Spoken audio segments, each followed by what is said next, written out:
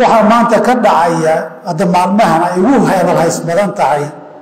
meelo kalena kuwo kaloo yaryaroo badan baa ka socda shalayna kuwo kalaa socbanaa berrina kuwo kalaa iman doona waxaasoo dhan oo hadda ay soomaali ugu hadalhays badan tahay waxaa ka dhacaya meelaha Laascaano waxay xasuusisay markay Itoobiyaanku bakaaraha madaafiicda ku garaacayeen waxaan lahayn ceel horay qabeen oo waa gaalo muslimna ceel bay u qabeen Soomaalina ceel kale u sii qabeen oo colaad raagtay oo guweyn baa ka dhaxeeya kan laakiin hadda masaajid iyo guryaha iyo isbitaalada madaafiic lagu garaacayo wardadku gaalana ma aha waana isla Soomaali ibadan oo kamid waxaa laga yaabaa isu abti iyo ilmaabti iyo seedi isu awoowina yihiin laakiin ummadda shaydaan hadduu duufsado shaydaanku hadduu dadka duufsado nin shaydaan duufsaday wax walbaa ka suura galaa arkaysan baan u malaynayaa masaajid madaafiic ku dhacday isbitaallo ay ku dhacday xaafado ay ku dhacday waxaan filayaa waayahan dambe maalin baa khudbad halkan ka akhriyo oo maalinka igu farax badnaa waxaa ka mid ahaa markay maqalo madaafiicda ku dhacaysay ciidankii xamar bakaaraha madaafiicda dadka ku ridayay iyagoo laftoodii inay isku ridaan maqalo oo sidii oo kaleeto guryuhu ku dumaan waa daalimka jazihiisa ilaahay dunidu soo dedejiyaa midka hadda masaakiin madaafiic la dhacay ee guryo iyo masaakiin iyo duminaya laba nin oo bannaanka qoryo isula baxayna waa qadiyad fidnadeeda ahaato laakiin dad masaakiin iyo guryo iyo masaajid madfac la dhacayay cuquubada dulmigeedu ma raadi doonto baasi barana markii uu dadka madaafiic la dhacay dulmigeedii isagoo kabala abu cararay cuquubada dulmiga cuquubadiisii kama daahin xukunkiisiina ma raagin dowladdiisiina ma sii jirin dad muslimiin oo abriyo oo dulmidood guryo ku dumiso dowlad laguma noqdo xukunna kuma jiro ilaahay dowlad muslim sheeganayso daalimo ah wuu dumiyaa laakiin mid gaar oo cadaalad ku dadaalaysa wuu baaqi yeelaa waxaa hadda intaa loo samaynaya maamulka ee Somaliland xukun weeye wax kala maaha waxa meesha yaalaayay waan ku xukumiyo xukumaysid sooma markaad sii ururiso nuxurku waan ku xukumiyo xukumaysid xukunku kisho ay Hargeysa lala dhacayna kii la dhacay baa dumay kii xamar lala dhacay shalayna kii la iyo daraadna labadaba kii la dhacay baa baaba'ay oo dumay kan hadda la dhacaya masaakiintana isaga dulmigeeda adduunka ku dhadhamin doona cuquubadeeda aakharana ciddii ka qayb gashay cuquubadeeda way sugi doontaa dadkaasi waxay mudan yihiin in sharciga ilaahay u soo noqdaan waxaa dhacay dhiig daatay iyo maal burburay iyo baahida dhibkaa ka dhacay waxay la tahay xalka ay leeyihiin in culimo loo saaro sharci ilaahay lagu kala xukumo way markii muslimiintii hore dagaalkii Sifiin uu dhacay khaliifkii muslimiintii Ali radiyallahu anhu warda oo ijmaac lagu yahay muslimiintu bay'a la galeen ragii ninka taqaanaa oo janno lagu bishaareeyay ciidankii Muawiya reeshaan isku dhaceen dagaalkii markuu dhacay xalku waxay noqotay in rag ay u saaraan oo taxkiim lagu kala xukumay noqotay wa muslimiinta dhaxdooda markay muslimiintu wadaarada gobolka Samarqand la yiraahdo ee ciidamada muslimiintu furteen gaalay ahaayeen looma dulmi bay tirsadeen xilligii Qutaybah ibn al-Baahili kutub taariikh say sheegeen markii Umar ibn Abd Aziz xilka yimid waa dambe deegaankan uu madax ka ahaa nin la dhihi jiray Sulaymaan ibn Abi Sari dawladii maadaama waxay dhawaaneen wadanka naga qabsateen muddo ma haysataan dulmi baa ugu soo gasheen dariiqii islaamku la rabay inuu jihaada maydaan noo soo marin dacwad baan qabnaa noo fasax amiirul muuminiin Umar ibn Abd Aziz uu dacwoonayna hulwaaye wafdigu soo kaxee diray ordada dacwadii bay u soo sheegeen waxay u yimaadeen isagoo gurigiisa dhisanayo hagaajinaysa islaantiisuna bulkeetay u dhiibayso markay u sheegaan warqaday wateen gacmaha intuu iska dhaqay buu gadaal wuxuu kaga qoray Sulaymaan bin Sari nimanka qaadi sharciga u saar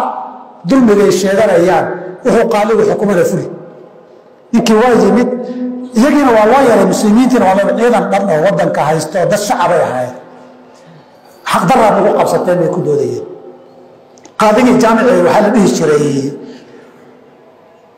Xaadir ibn Jumayr baa la dhihi jiray qaadigii wuxuu xukumay muslimiintu khalad inay ku galeen wadankana dadka uga baxaan maalin bay ahayd habeenkii markuu waagu bariyay hal ciidankii muslimiinta deegaankii kuma jirin waa baneeyeen xukunka sharcigiihi ka waran muslimiin wadan qabsaday ay gaalo dulmi baa nagu qabsateen uga dacwoodeen buu qaadigu intuu xukumo baa ciidanku bixi jiray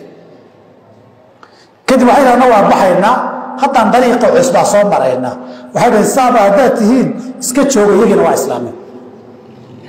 weliba waxaan oo kale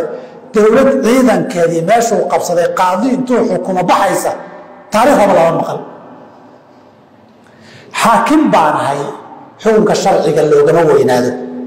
Ali ibn Abi Talib radiyallahu anhu dagaalka Muawiya markuu socday baa alaab ka luntay tuuta dagaal baa ka lumay markuu soo noqday nin Yahuudi ah haysto arkay waraana soo kaygii ma hormalidaana iga tag markii la murmay wuxuu yiri hadaba qaadigii miinoogi Ali waa amiirul mu'miniin ninkan waa nin Yahuudi muslimiinta ku dhaxnool qaadi sharax la loo yimid Ali wuxuu yiri ana iskale ninkii kalena wuxuu yiri ana iskale qaasuu wuxuu yiri Ali ma haysata marxaati kaasuu laba marxaati baan haystaa maxay yihiin wiilkiisa Xasan iyo nin kale oo keenay oo mawlaahu ahaa wuxuu yiri ninka waan aqbali laakiin wiilkaaga marxaati kuma galo oo wuxuu yiri nabiga wiilkiisa shabaab ahli janna ha uu yiri laakiin wiilkaagu Xasan marxaati kuma gale marxaati kale ka zuur أنا أقول مرخاتك ربع يالجه بس وي من كم الله حكمه وحنا يضع عليه من كم مرخاتك إنسان ويا قاعد صعب مركي وسوء اللي سجن الإسلام ما ذكر طبعا هم على هذا من كم وضع كايستي هذول تاس خمسة تقاضي الشرع اللوجي وذي كل حكم يريد يقبل هذا حكم خمسة ورسيح المركورة ده اللي هو دريب عرض على وجه تحال شرع الإسلام هو يقانا قاضي حكم كشرعي دولة يحاكم وكاو بديه مسلمين خلاف قاضي سفيننا وحال لابد من التحكيم شرعي مسلمين تي سمرقند قالدينا تحكيم شرعي إذا مروا والله وقبحين ما كيسش قضية شخصي أمير المؤمنين علي يهودي سوق قبصتين قاضي المسلمين طعنيك كانوا هو حكمي ولا قال لي قرت شرع وقواعد وليها عدالة ساس درتين دك مسلمين تي مركز قبطان وعاد الله يسكوها يوانكو حكمي بيس إيه حق ولا يرانكو حكمي حق ملهي دوي تالفت هذا يديك دعتي إيه حول الله دعيبا مسلم كحلك ذلك خير وأحسن تأويلا ساسا صدر يكو خير بدن يا نبض يا ولالتي نمبا آخرتي مية دونك نصوص عد الله مذهبنا حكم كان يفردوا إلى الله والرسول وهو خير بدن وحكرا دي اللي ذرع ديو انت رد قيل يسان إن عيادك هذا صفن لك لا صفن وحير اللي باي وحبك كيني معيان صادرت أدتكم مسلمينتي وحيكفي عنتهاي طلب الرب قدنا يقاتل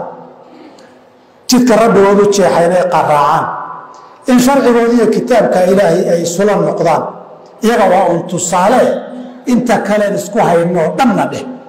بالبع سوق قبصنا بيرار سوق قبصنا سوالي هذا اللالان كان عن سمعي سني وعن فعيا وحكا يكون مشغول سيين هذا وهذا انت حكا لنبات كهلان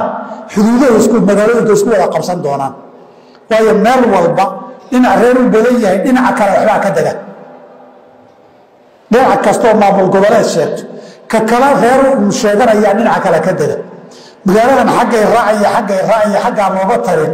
وسيدي افريكا حدودها اللي سو لين جيري ما دحلنا حدوده سو ولا لين دونا waa fayska wajiga labaad ee soo socda dagaalkeena waa وهذا يسوي وجه قبيلي لان deegaankaasi ana tan xukumaya ana ku xukumi leh oo wajhi labaad oo soo socdo hadda wax ka oo yar daran bay ku mashquulsan yihiin waxaasoo dhan haddaan qaacidada ka dhiganno taxkiim sharci islaama inaan gelinno oo sharci islaami iyo dad ahludiin iyo cilmiga lagu kala saaro aakhiradii adduunkeenna waa badbaadaynaa haddii kalena allahuma raxmatak اللهم إنا نسألك الهدى والتقى والعفاف والغنى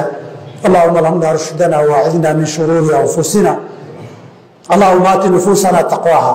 اللهم زكها أنت خير من زكاها أنت وليها ومولاها اللهم إنا نسألك رضاك والجنة ونعوذ بك من سخطك ومن النار اللهم احسن عاقبتنا في الأمور كلها وأجرنا من خزي الدنيا وعذاب الآخرة ربنا تقبل منا إنك أنت السميع العليم وتب علينا إنك أنت التواب الرحيم وأقم الصلاة إن الصلاة تنهى عن الفحشاء والمنكر